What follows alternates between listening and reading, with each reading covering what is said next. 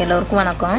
இன்றைக்கி வந்து பார்த்திங்கன்னா காலையிலேருந்து சரியான வேலை தான். காலைல வந்து பசங்களுக்கு டிஃபன்லாம் செஞ்சு கொடுத்துட்டு நானும் சாப்பிட்டு அப்புறம் ட்ரெஸ் எல்லாம் இருந்தது எல்லாமே துவைச்சி வெளில காய போட்டு மறுபடியும் காலைல சமைச்ச பாத்திரமெல்லாம் விளக்கி போட்டு எல்லா வேலையும் முடிச்சிட்டேன். அதுக்கு பிறகு பார்த்திங்கன்னா மத்தியானம் லஞ்சுக்கு தான் வந்து வெஜிடபிள் பிரியாணி வந்து சமைச்சிக்கிட்டு இருக்கேன்.